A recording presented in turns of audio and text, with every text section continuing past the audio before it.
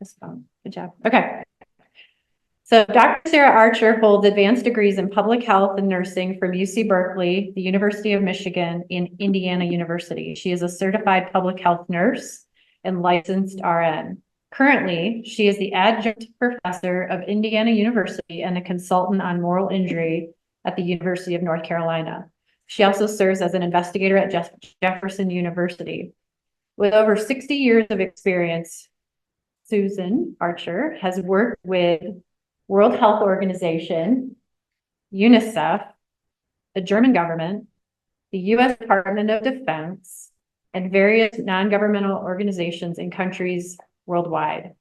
From 1998 to 2020, she was a humanitarian assistance and public health expert for the U.S. Department of Defense, a visiting lecturer on related issues in military institutions.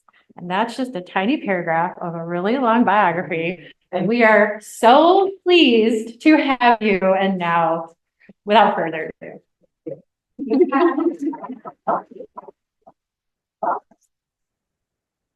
Thank you, Jamie, for that. And I appreciate it. Well done.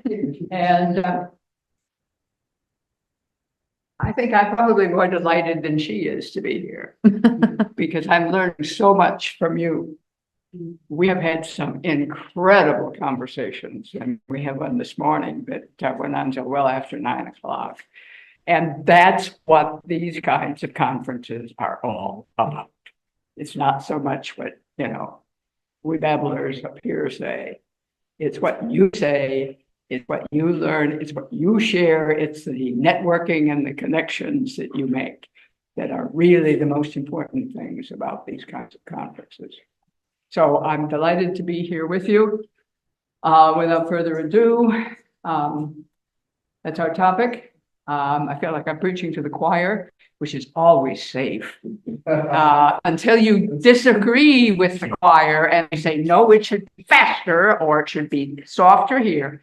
I know, I've been there. All right. The most important words on this, as far as I'm concerned,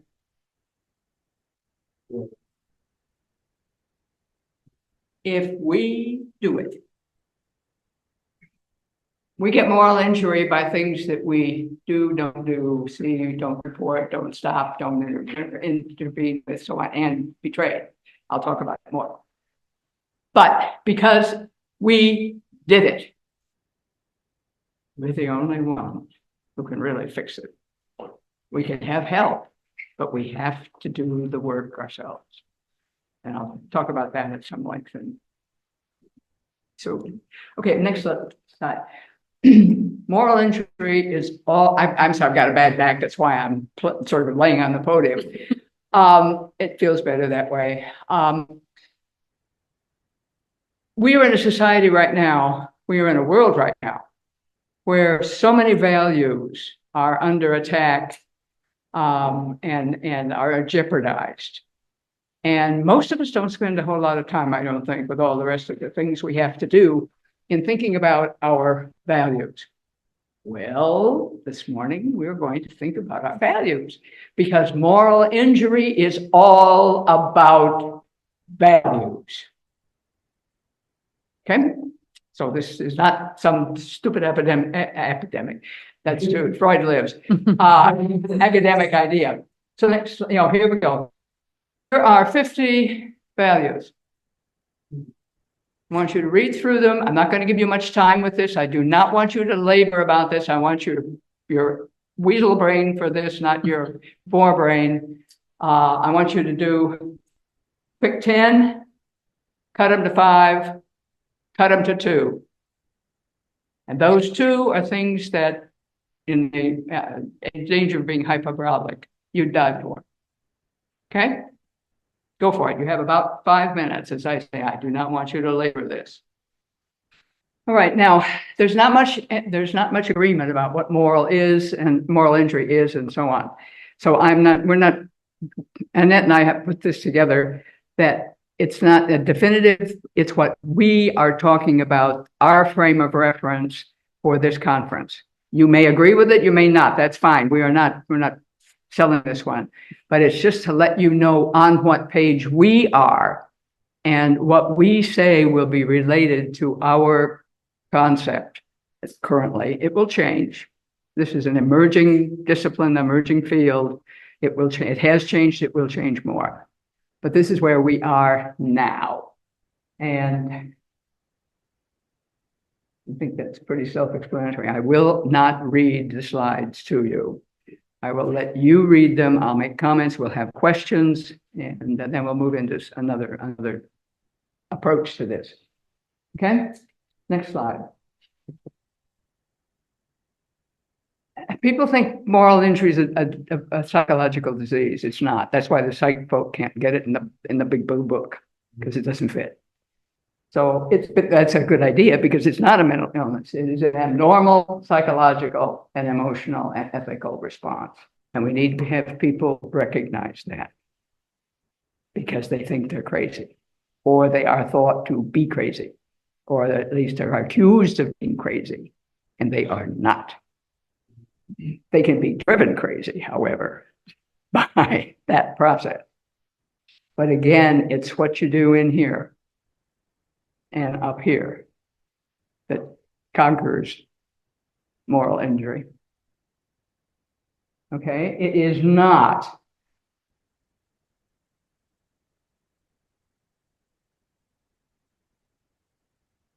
Would you say those could be symptoms of it, though? Oh, sure. Yeah. Yeah. Yes.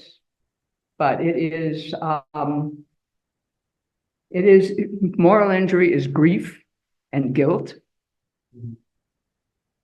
PTSD is fear. External. That's why moral injury is really, I think, more difficult to treat than PTSD. You know, we got pills, we got ganglion things, we got rapid eye motion, blah, blah, blah. And that's taught me all these things. Because that's not my area. But anyway, we've got things to do for PTSD that are quite effective, but they're from outside. Can't do that with moral injury. There's ganglion. Next. Perpetration. I did it. For whatever reason, I did it. I knew it was wrong, but I did it anyway, or I didn't stop it.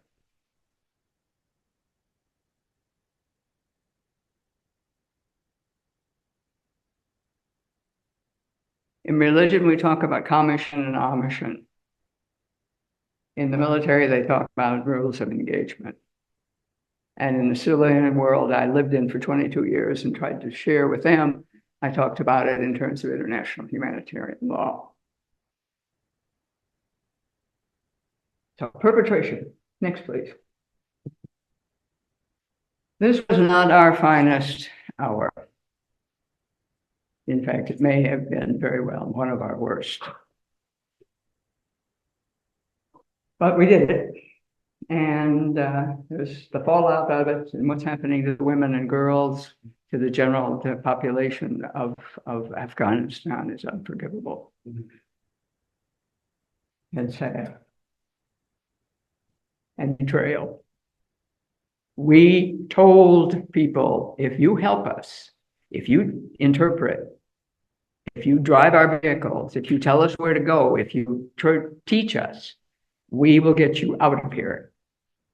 And your families, because we know the Taliban will be after you and will systematically wipe you out. We did some, but not all. And this has really hurt a lot of veterans who were the people who issued those promises and now bear the guilt and the anguish that the government, the military, whom they love and are under oath to serve, failed them. And this is a real toughie to deal with, because we can't control the government. We can only control what we think of it and how we act about it. But this has alienated a lot of vets.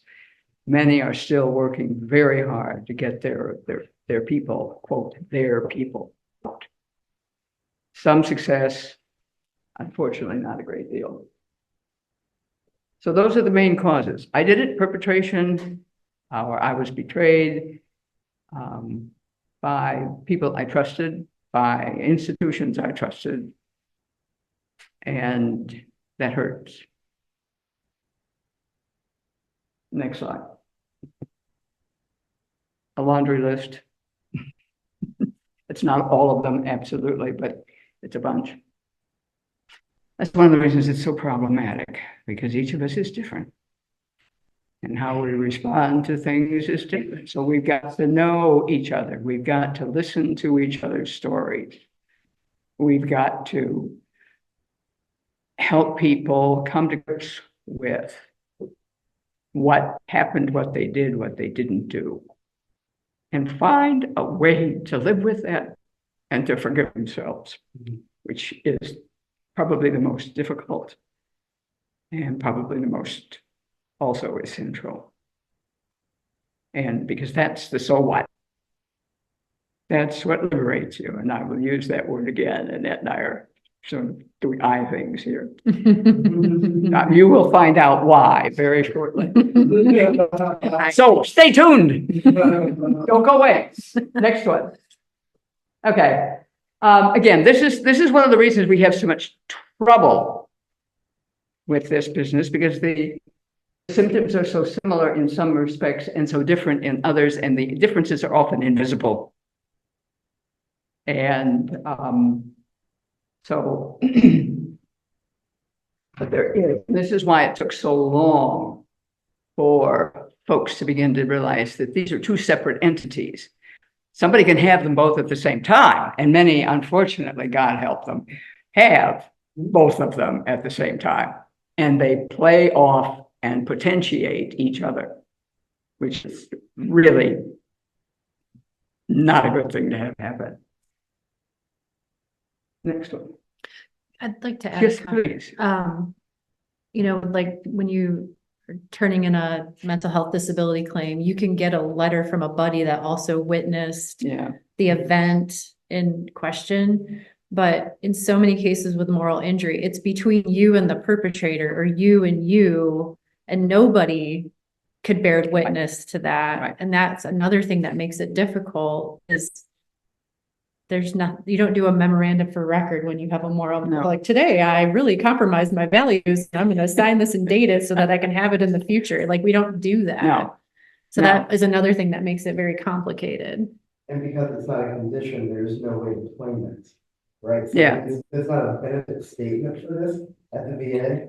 And even within the VA, we only have 18 VA hospitals roughly participating in the Injurious diffusion network portion of the way that mental health and chaplaincy is being integrated in order to provide care. Mhm. There are roughly only 18 systems participating in that diffusion network right now. Out of the 250 plus VA hospitals, there's only 18 participating in that program.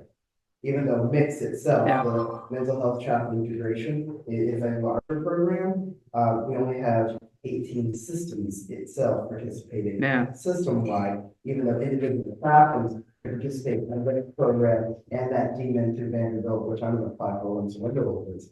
One of our other chaplains, Chaplain Dixon, is in the program now, but it's a small program, there's small cohorts of DOD and VA chaplains.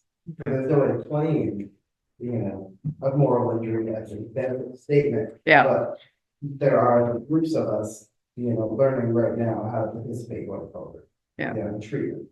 And they're so focused on their benefits. Mm-hmm. Obviously, I mean, this is that's a life support system for the rest of their lives, so they better be focused on it. I would add to what you said, we don't write it down, we don't put a date on it on paper.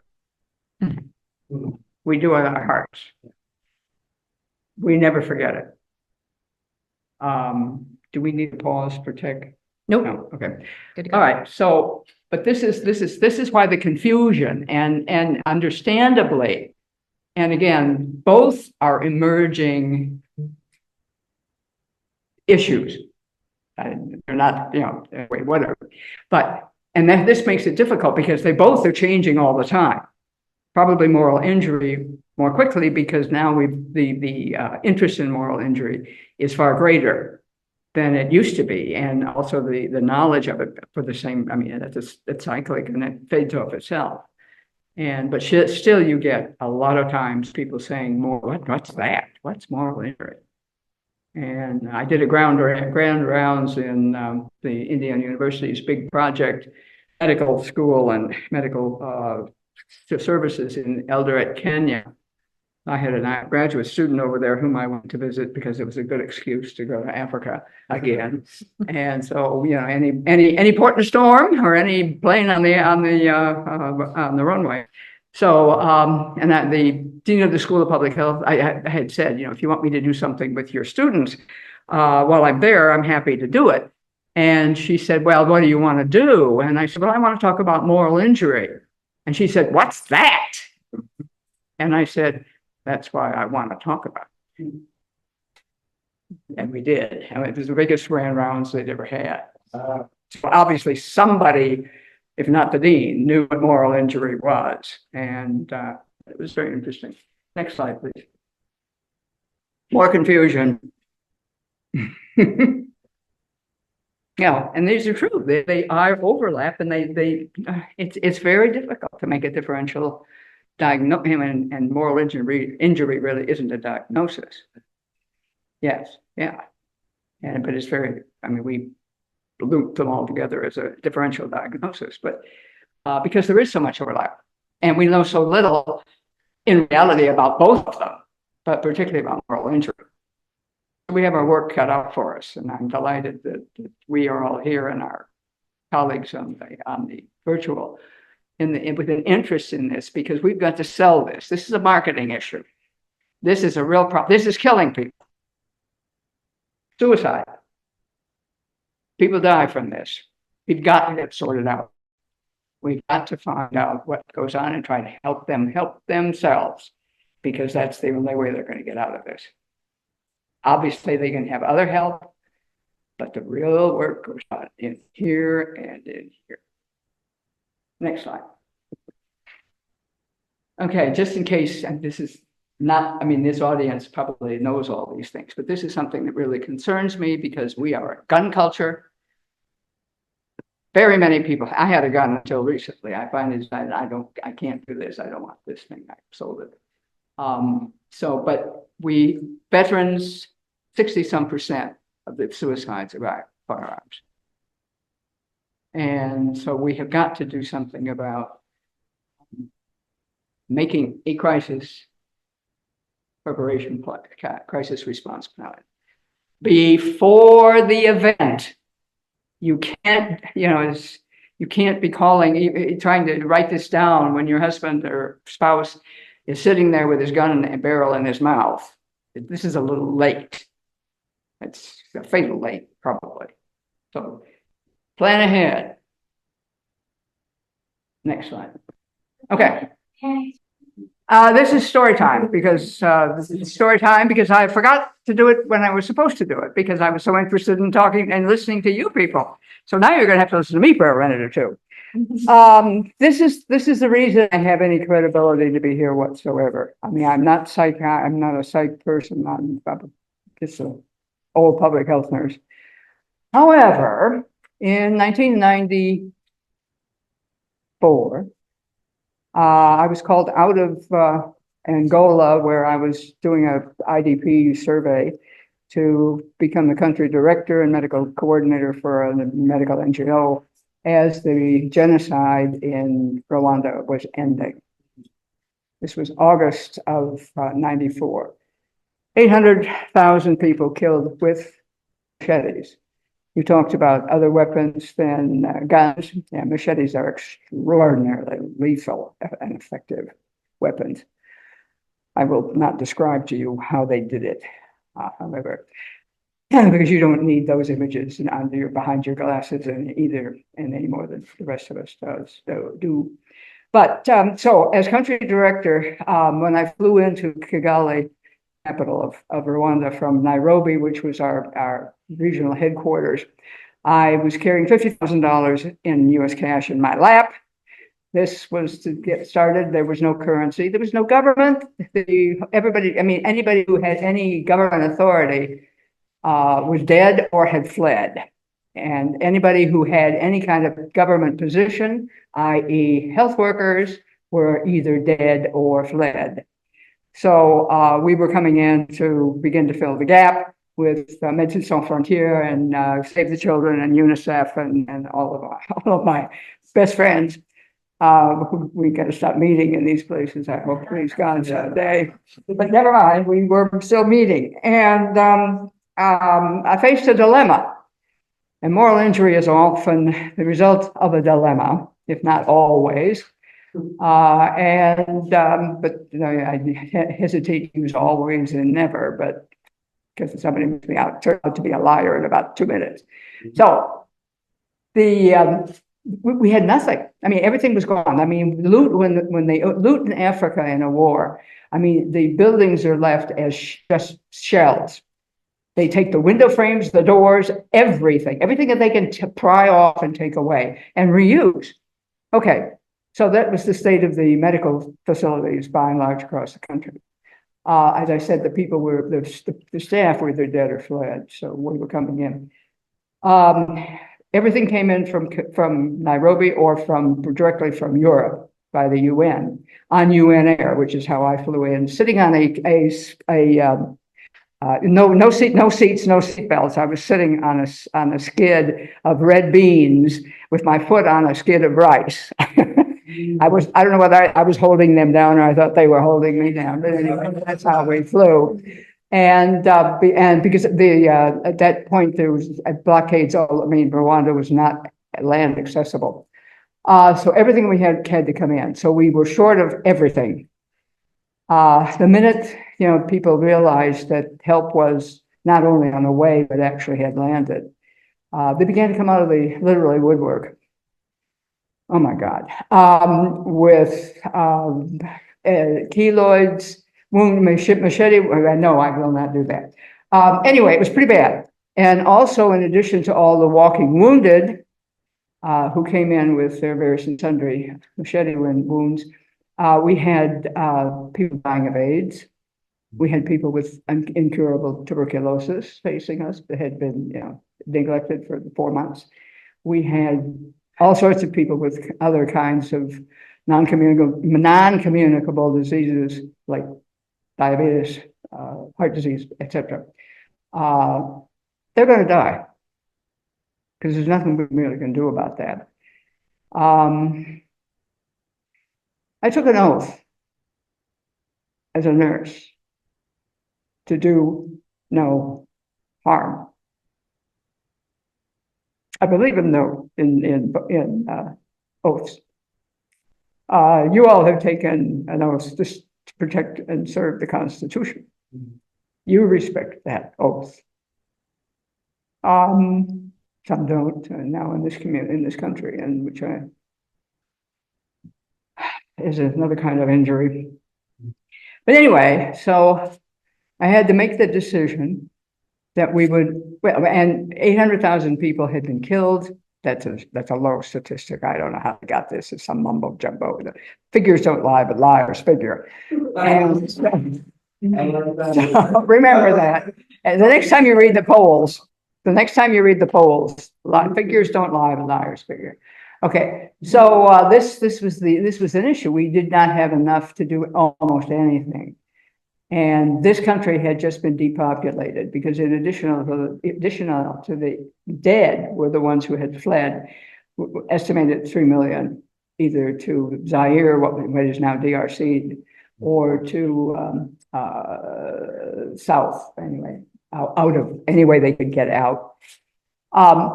We had to rebuild this country. They needed people. They needed people who could work, who could farm, who could do all these things that nobody else can do because they're all gone.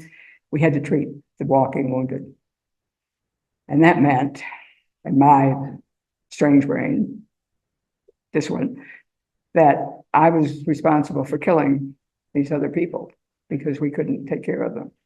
I did not involve my staff began to arrive, and I did not involve in this because I knew this was a traumatic event for me, and I was not going to share that with them. They were going to have enough trauma when they got to work. So I didn't talk to them about it. So my sole responsibility, ego that it is, has been pointed out to me by my dear friend. But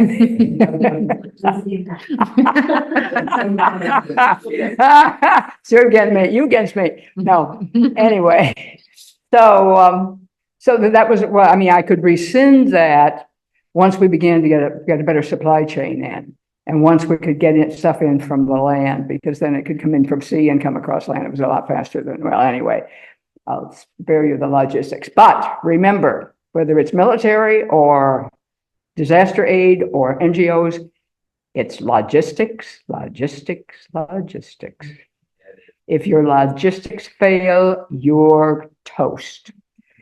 And until we didn't even have the bread to have toast, so we got the borders open again and transport possible. So I'm going to move this forward rather quickly because it's all in the book on the outside. The long boring version is all in that. And but 94, we finally had enough to work, and we did, and we got to work, and we got doing this, and things. The murders stopped. I mean, there were still killings when I got there. There were still bodies in the streets and so on and so forth. Anyway, so this sort of the problem from hell, genocide, and that's what it was. Let us call it what it was. So we were able to recover and get going and do good things and so on and so forth. And the staff were annoyed with me, but I said, that's too bad. It's my decision. You will follow it, and I will lift it when we can, and we will then go on. So I took the heat, as the saying goes. That's what you get paid the big bucks for in NGOs. And so fast forward. I finished my term in my contract in April and left in May because I couldn't get anybody else to go to Rwanda of 95. Did I forget about what I had done? No way. No way. It was there. It haunted me. I have not obviously forgotten it because here I am standing and talking about it right now, but in a very, very different way. And I believe in a triune, loving,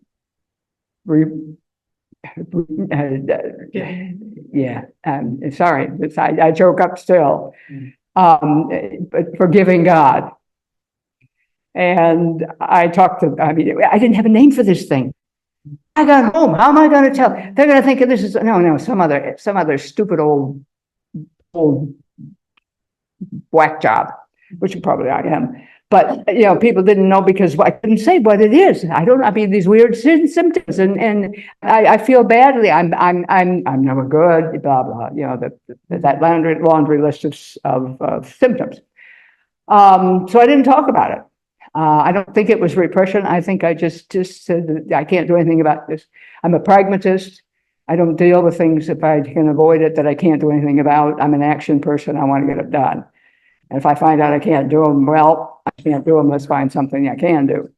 So I kept my trap shut for most of the time. And but I knew there was something going on. In the meantime, because my triune God has a sense of humor, and she does all sorts of interesting things and makes us do all sorts of interesting things we might not do otherwise, which is why wisdom is a woman in the Bible. But anyway, little theology for you chaplains. I can't resist. Anyway, I kept looking and to do things. And I got an invitation from it's a long story, but the Command and Staff College at Fort Leavenworth, which trains all the promotable majors to who are ever going to be 005s. They don't go through this. They don't get to be an 05 or some other comparable course in another services schoolhouse.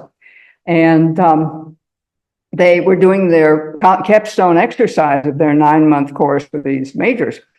And it's called Prairie Warrior. Well, of course, we NGOs really quickly, we renamed it Prairie Buzzard and or Prairie Mistake. But anyway, and they had been using military to play non-government organizations, civilian organizations, and so those nasty people who aren't military, and that are always in our way and getting in our hair and making life even more difficult than it is, and we don't like them anyway. So we would come in and play those people, and since we were those people, it was kind of fun to do. So we went in, and they didn't pay us; they paid our expenses. Stingy government. Anyhow, what the hell? I mean, but we were, we were not one of them. We were the other, so it's fine.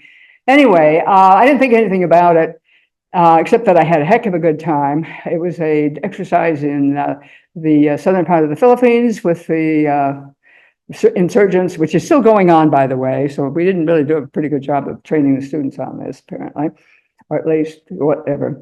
So I went away. In fact, I went to Kosovo for, again, the same NGO to do Montenegro and Kosovo IDP assessment. And when I came home, there was a phone number on my voicemail from the guy. I could recognize his voice because his accent from Command General Staff College. Bitch, call me. What? And I said, well, okay. I mean, with an invitation like that, how can I not call him back, bastard? And that's how I said, hi, bastard, it's bitch. What do you want? Give as good as you get and buy it the other way. Okay, so he said to me, you were such a goddamn nuisance, and you, forgive me. I beg your pardon, sir. Anyway, you were such a bitch in the exercise. We'd like to hire you. This is our army, folks. Yeah. Okay. And you with your news background, newsman background.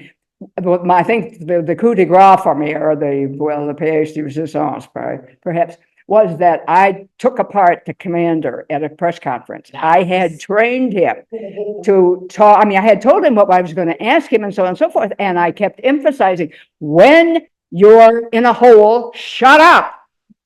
So I'm sitting back there in the back doing this for a while. And I thought, he was not responding. He was going on, polite. Well, I took him apart. And I apologized to him after that, but he said, I'll never forget this. And I said, I didn't intend for you to. Now. Thank you. That's me. And so anyway, long and short, 22 years later, having done exercises all over the world, all of our wars, Iraq, Afghanistan, Bosnia. I didn't do the war in Bosnia. I did the peacekeeping training in Bosnia and in Serbia and so on. And then with African Union troops, training peacekeepers, because they are one of the biggest contributors of military peacekeepers to the UN. So we got over there and we're trying to help them do that. Anyway, all fun. And so I kept looking for something. What have I got? And then I got to talking to the guys. And again, we were doing combat command, so there were very few women. So I will use guys and or fellows pretty consistently here, because that's what it was. And I found out that they had the same thing. And then we'd talk about it. What's going, over a beer, which we could do at night. And we drank a lot of beer. And, that's why there is no beer in heaven. That's why why we drink it here. Anyway, so, and I finally ran across Jonathan Shea. And all the rest. Well, I mean, I didn't know what I was looking for. I mean, it has no name. How do you do something with no name? Names are important. And so I I finally read about, I mean, I read both of his books and I thought, Homer had it on the head. This is what we've got. And he, at that point, or they were calling it the complex PTSD, again, because of all that stuff we've already seen. So I was happened to be at Bragg at that time, now Liberty, and I said to I knew, I've been around now for 20 years, so everybody hated me. And in fact, I had one 4-star senior mentor introduce me regularly as, "You will hate this woman." Wow. But you had better listen to her. That's how I should have introduced you today. Yeah, right, exactly. Yeah. Noted. So anyway, I got I met with, I called up my buddies in both the chaplain group and the medical, and I said, are you guys into this? And they said, well, yeah, we don't know. And I said, all right, let's meet on this and let's talk about this. So we got together and had several meetings during this exercise and pooled our ignorance, I suppose. And I came up with a handout, and which they okayed and said, well, that's sort of stuff we said. Maybe we're talking through our hats, but whatever, that's all we know. So I then did that at every exercise after that. I offered it to chaplains and meds and senior NCOs, again, because of the young men, which we will talk about in a few minutes, that they are so susceptible to this kind of trauma. And you got to watch them, and nobody watches them better than their senior NCO. So anyway, and so I did that until the pandemic, and then because of my age and my comorbidities, I was not going to fly anymore for a long time, and I knew that, so I resigned and took up university work, which, from the sublime to the ridiculous, or the other way around, I'm not sure. So I kept on with this, but I then could call it something, which was nice. I could then not only call it something, I could do something that might actually at least not harm somebody else, which is my oath, but might actually help them. Surprise. So I did, but that didn't do anything for me. Fast forward to my grinning colleague here. On November the 15th of last year, now this is 29 years later, so I don't learn very fast, I guess. 29 years later, Annette and I are talking about this presentation. And I had watched one of her videos, and I said, with that, not really connecting it to me, I don't think, but I said to you, she was talking about maybe we can do an exercise at the retreat. And I said, well, I've watched your video, and I think that responsibility pie thing is really cool. And so many people, military, I like the guy on the video yesterday, I sent troops out and they got killed. That's exactly the same thing. So I said, she said, well, in her best therapeutic voice, I think. I'm baiting you. Yes. Wow, when you call me by my middle name, baby. Okay.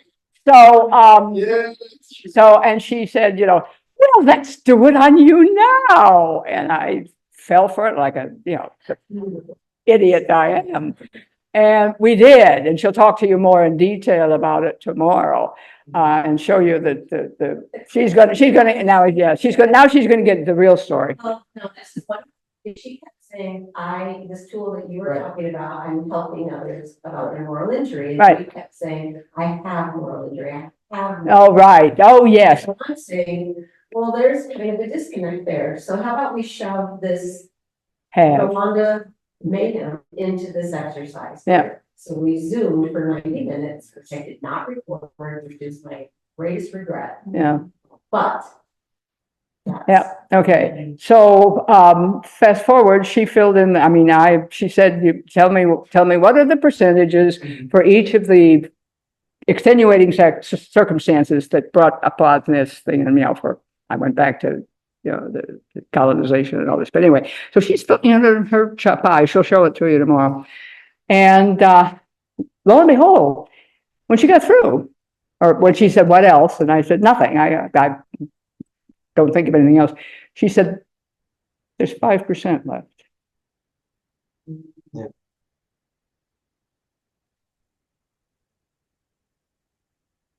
And that's exactly what I did, was say nothing. Yeah.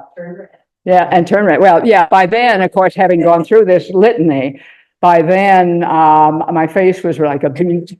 It's when we Scots, we don't tan, we rust. And I was just, as I am now, flustered, only then it was much more serious. The sequel is never as good as the beginning one. But anyway, I said, I'm rarely at a loss for words. Those of you who've been around me already know this. And she said, "Well, how do you feel?" Physically, yeah. And I said, "No thought, like I had you do the values, just right off the top of my, well, probably these, but probably, yeah, I said, liberated, not cured, not helped, liberated." And I think that's important for us to remember, because oral injury is confining, restricting, jailing. Oppressive. Yep, exactly. And so liberated, therapeutic silence. What did you lose?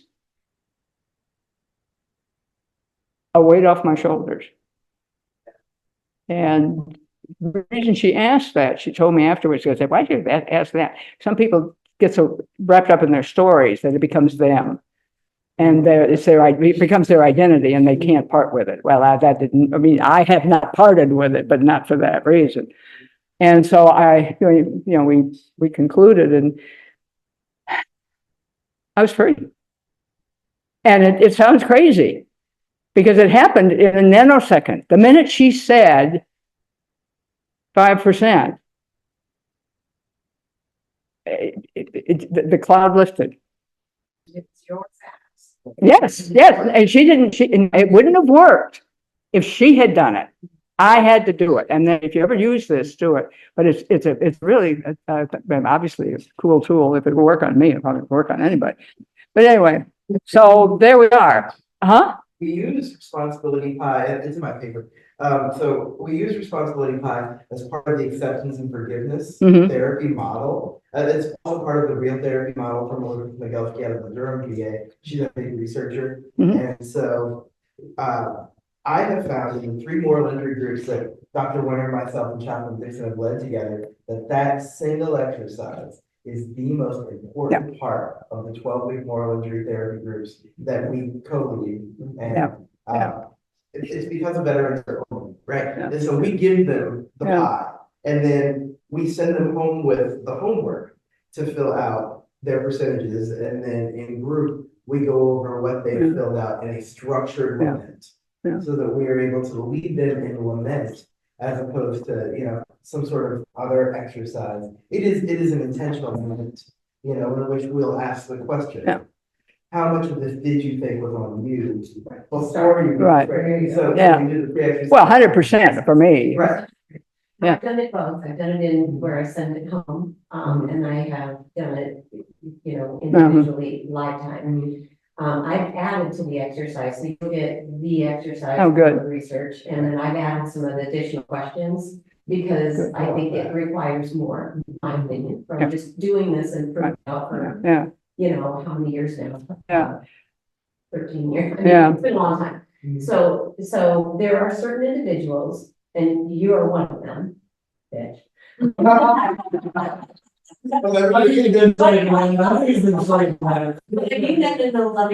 Yes, ma'am. Oh, yes. I'm a lovely, right. Okay. Here is the bride.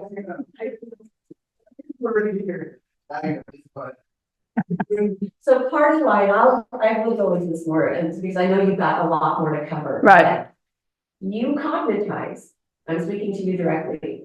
You watched it today. I don't know, and I won't go over this again tomorrow, but at the moment she started to flush and get tearful, that's when she bounced to all of the other parts of her history. Yes. Because the flesh.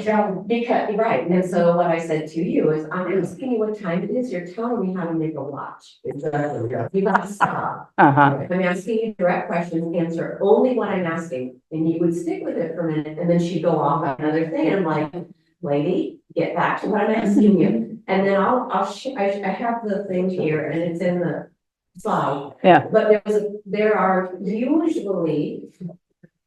But you just said, that you were asking her how to tell the time, but instead you told her to make a watch. I thought that our colleague Chancellor Dixon invented that phrase. I gave him credit for it. Oh, no, it's an old thing, yeah. Yeah.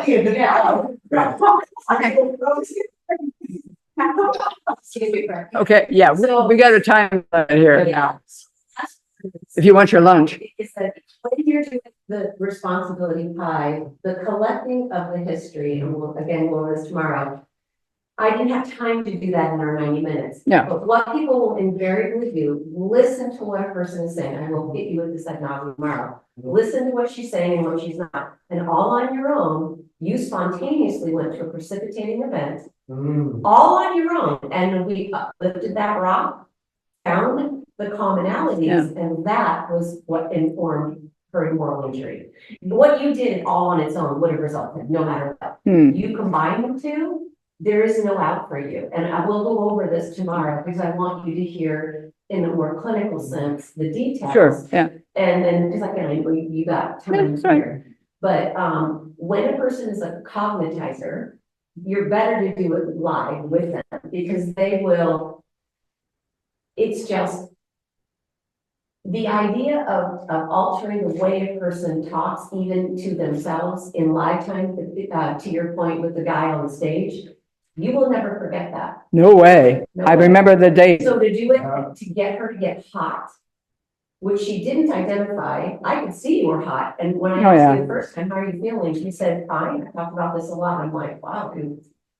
I said, okay. So we just kept going. And then at some point you were so red. And then I said, how do you feel in your body? Head to toe, scan your body. You said, I'm very hot. Your eyes teared. You didn't cry, but you teared. And your cheeks were beet red and you were silent. That's how you know you hit the mark. It's the silent part she liked.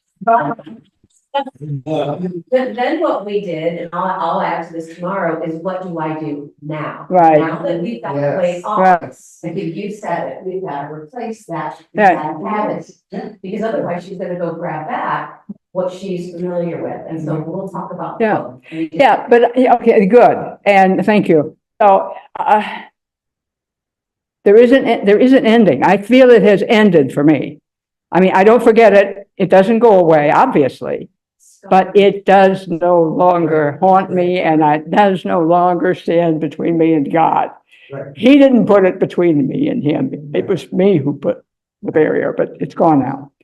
And as I say, thank you. Okay, now we're going to change. Do you want? You can read the long and boring version. It's not boring, probably, but anyway, the long version in the 3rd chapter of the book out there. So there's some details you don't need now.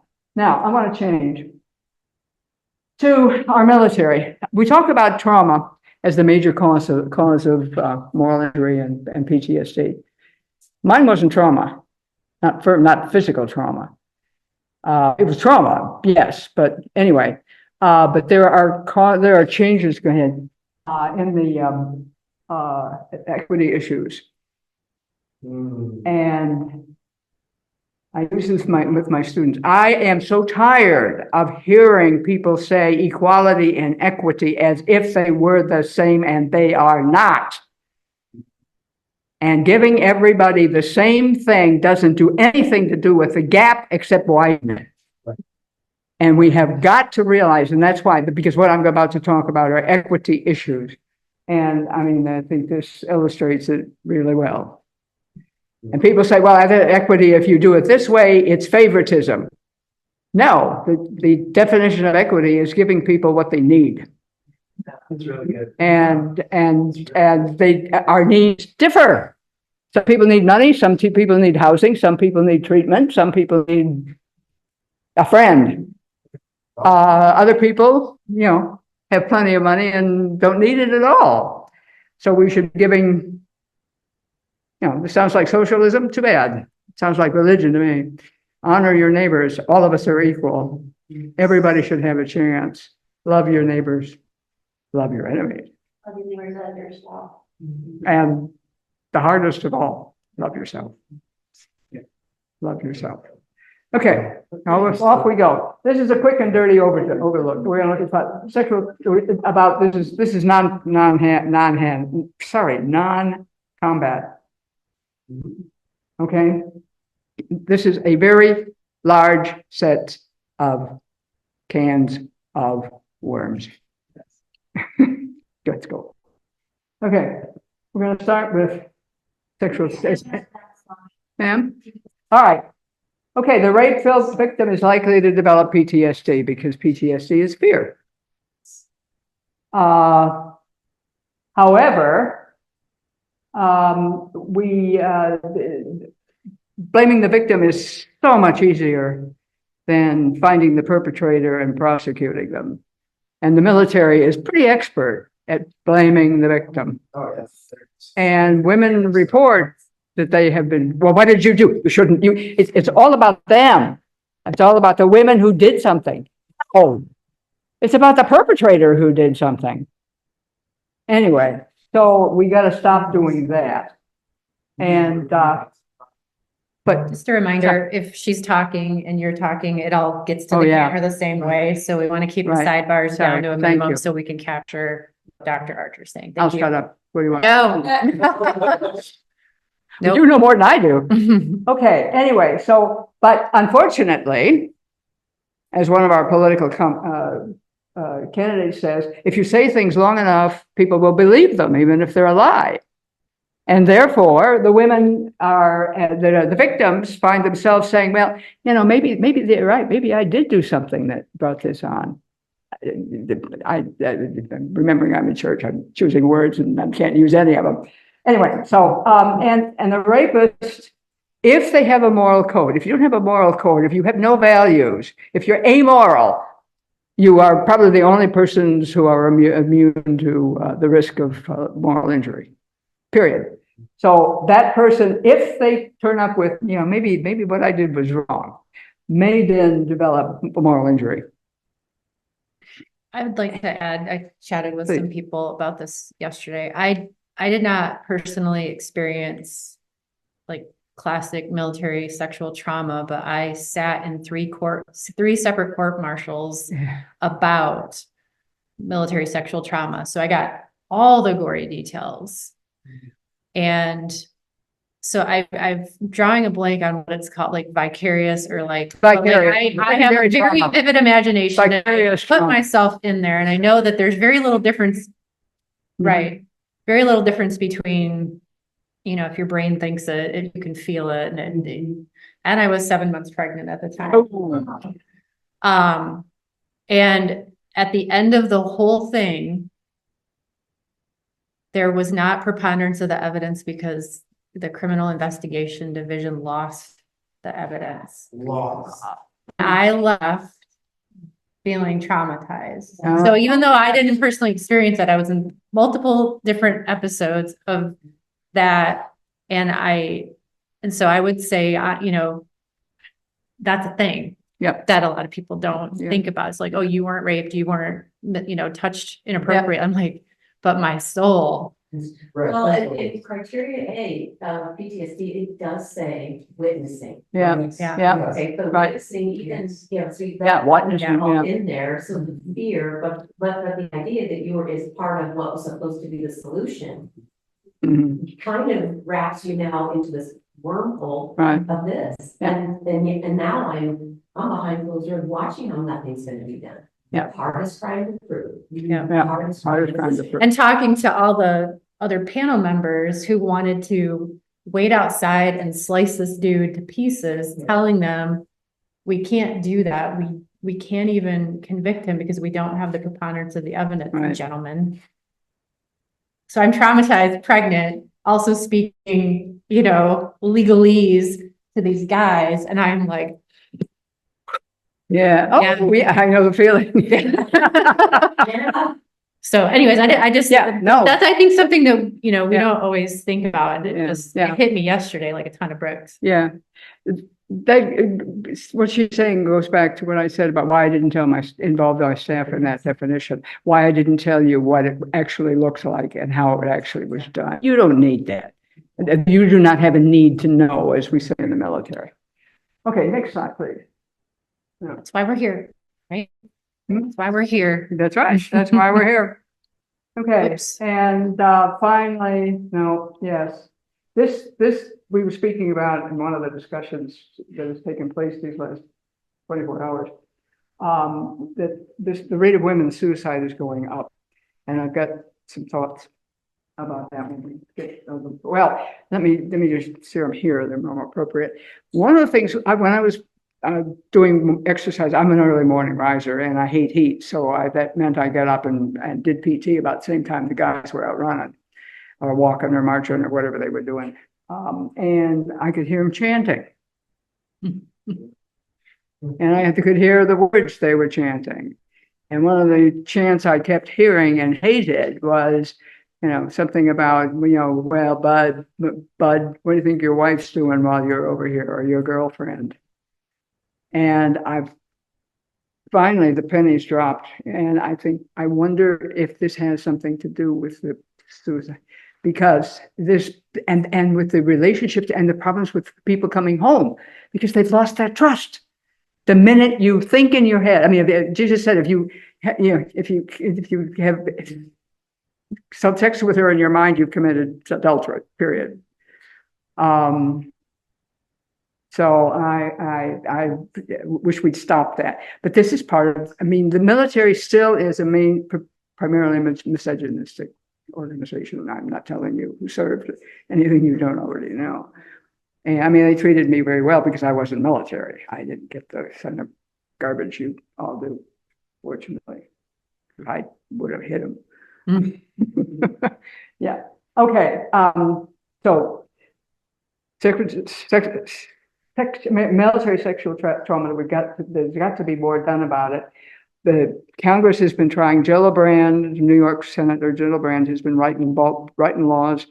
Some of them get passed. They don't get it, like many of our laws, they don't get enforced. And it's hard to do this. And trying to get the sexual trauma business out of the command structure is essential, but extremely difficult, or we would have done it a long time ago. And so it's a real problem. Okay, I'm going to move on. All right. Racism, alive and well.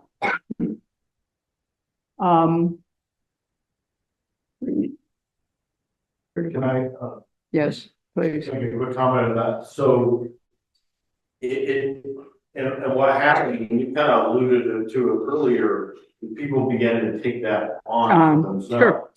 And there was a great NCO that worked for me a little while ago, Sergeant Hammond, black female, and she's amazing, great. I love working with her. And so we were doing a welfare, not a welfare, hail and farewell. Rip and grin, yeah. hail and farewell. Yeah. So it was her job to pick up the barbecue and stuff from the food that we had ordered. And through no fault of her own, she was late coming and all this stuff. And she was late getting there and the restaurant, whatever. And so she finally showed up. She's very harried and she's like, oh man, typical black woman showing up late and all this stuff. And I said, it's Sergeant Hammond, it just happens like that. But it surprised me that came from her, and she had she had heard that kind of directive racist language. Right. And now in her mind, she's thinking all these, because we were mostly white dudes, that's the chaplain or Army chaplain. Yep. But so in her mind, all these white dudes are standing around going, the black woman, she's late.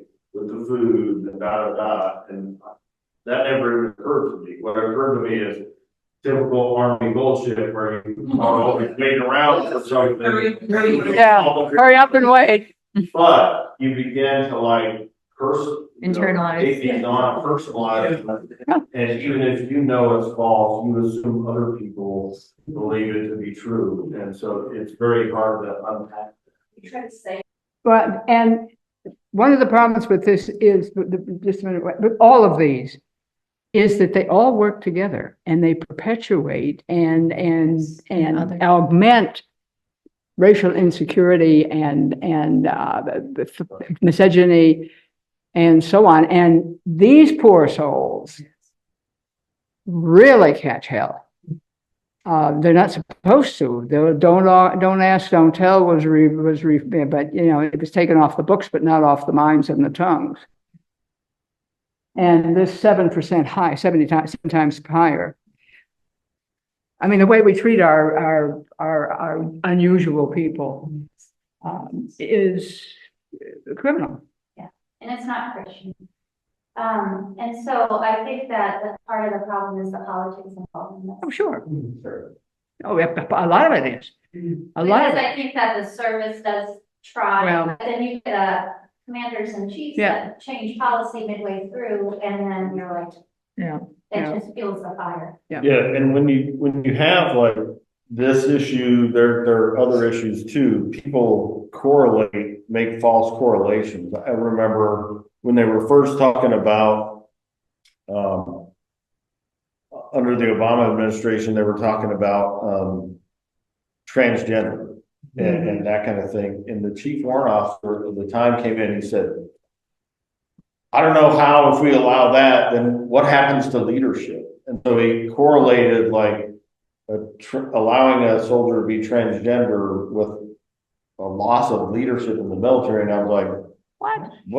That's a non sequitur by have to do with each other. Yeah. It's apples and Tuesday. We have soldiers that are, gender neutral or gender, whatever the difference. Whatever. They're just hiding it right now. And They have to. So I don't, but that's, you see that with women, you see it with non-heterosexual, whatever it is, since the Army is all about leadership, quote unquote, right? Anything that we change that I don't like is the destruction of leadership. Yes. When leadership already sucks in the Army. Yeah, right. Because it goes to your point of like, well, then we'll, when you talk about quotas or different things like that, well, then we'll have people that aren't ready, don't deserve it. I'm like, we already got them. Yeah, we may actually have a better chance. Yeah, it might be an improvement. Now have to be accountable, so I do need to keep the bar low. Well, that's it. Honestly. You're showing dirty secrets. I get somebody in there that has me between their ears. Maybe something. Well, and the other thing, because I know we're running low on time, but it's just whoever you put in leadership position, you still got to train, coach, and mentor them. That's true. And one of the big problems we have with tokenism or with minority groups, whether it's women or men, or women or blacks or whatever it is, right? Whatever the minority, the non-white male people that we're trying to elevate is we're not coaching and mentoring. That's right. We're just like, throwing in. Then when they're failing, it's like, that's why you can't have women as leaders or you can't have whatever it is. And the whole Army is predicated and built on teaching, coaching, and mentoring. But it doesn't happen. No. So anyway, No, that's absolutely true, Dan.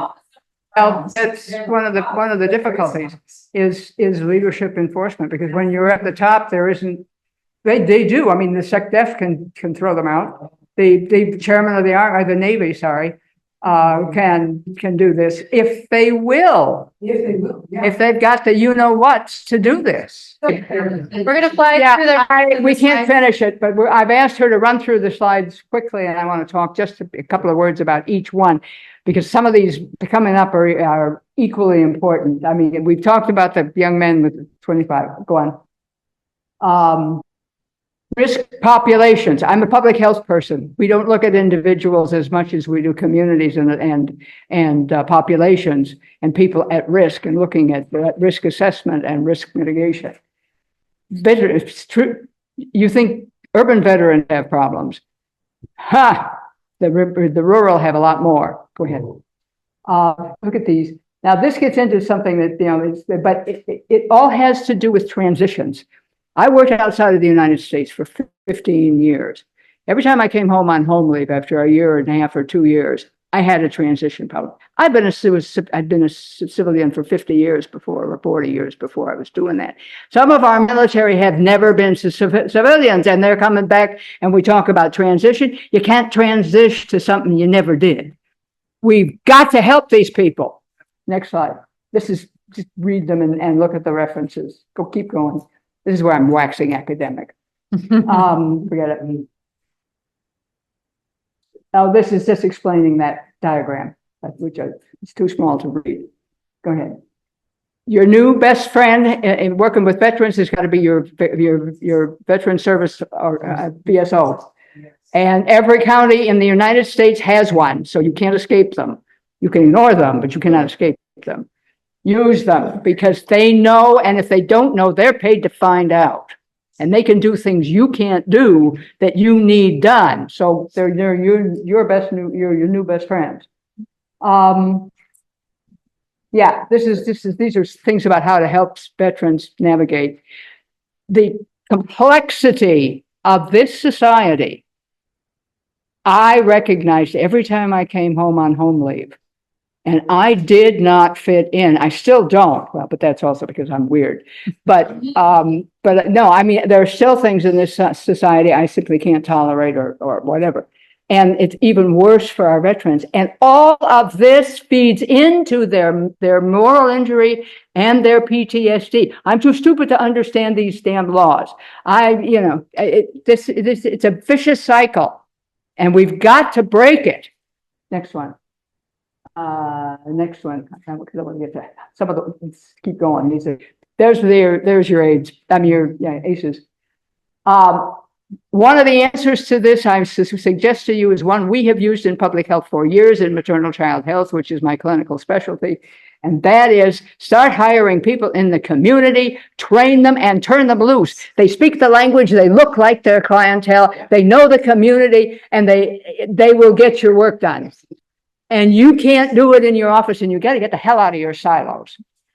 And we all do. I mean, the public health, we've done it, but not well enough. Obviously, look at the mess coming with the next COVID or whatever its progeny are. Next one. Oh, these. Develop community workers. There's funding. VA has just given us in North Carolina our grant for building veteran healthy community. Sorry, I'm talking too fast.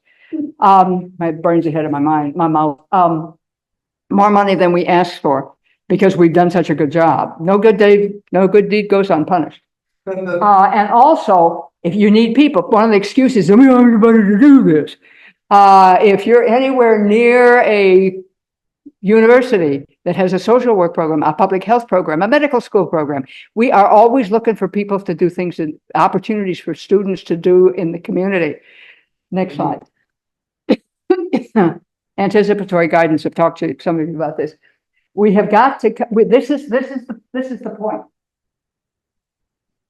Prevent surprises. Surprises are what get us. I mean, what we expect is bad enough, but then to be blindsided is demoralizing. Think about that. Look at these slides, please, and there's some suggestions. This is the project in North Carolina. It just doubled our money, and tripled our responsibilities. But no, well, that's the way of government. But this And it's amazing what you can do. I mean, you can map where veterans are, where transportation is, where grocery stores are, where medical facilities are, and get an idea of why you find out why these people don't come to appointments, because there is no transport anywhere near them, blah, blah, blah. All of this conspires against people who already are having trouble shifting from military to civilian life. And believe, I mean, you know better than I do, but I mean, I have a pretty good idea. This is a massive change where you're told, I was joking with Dan yesterday, how does it feel to not have to figure out what you're going to wear every day? Because in the Army, you're told what to wear. What's the uniform of the day? And you better show up in it. No decisions. In civilian life, we got more decisions than we can make. Next. This is the most important slide in the whole damn deck. Pardon me. Really. And all of these things potentiate the injuries to already injured people. And somehow we, as helping professionals, have got to find ways to intervene in this situation, prevent it. Well, first we have to understand it. Well, first we have to recognize it, then we have to understand it, then we have to figure out what to do about it, and then we have to do it, and then evaluate it. So look at this, and this is our mission. And I look at people like Dawn and her, Jamie. I have always blocked on your name, Jamie, and that I remember her name sometimes. I have all my life. I've had trouble with names. I'm now 85. I have an excuse, a long one. And that is a Gold Star mother. These people and the millions of others who have served our country are not suckers, and they are not losers. They are patriots, and they are wonderful. And we owe them our freedom.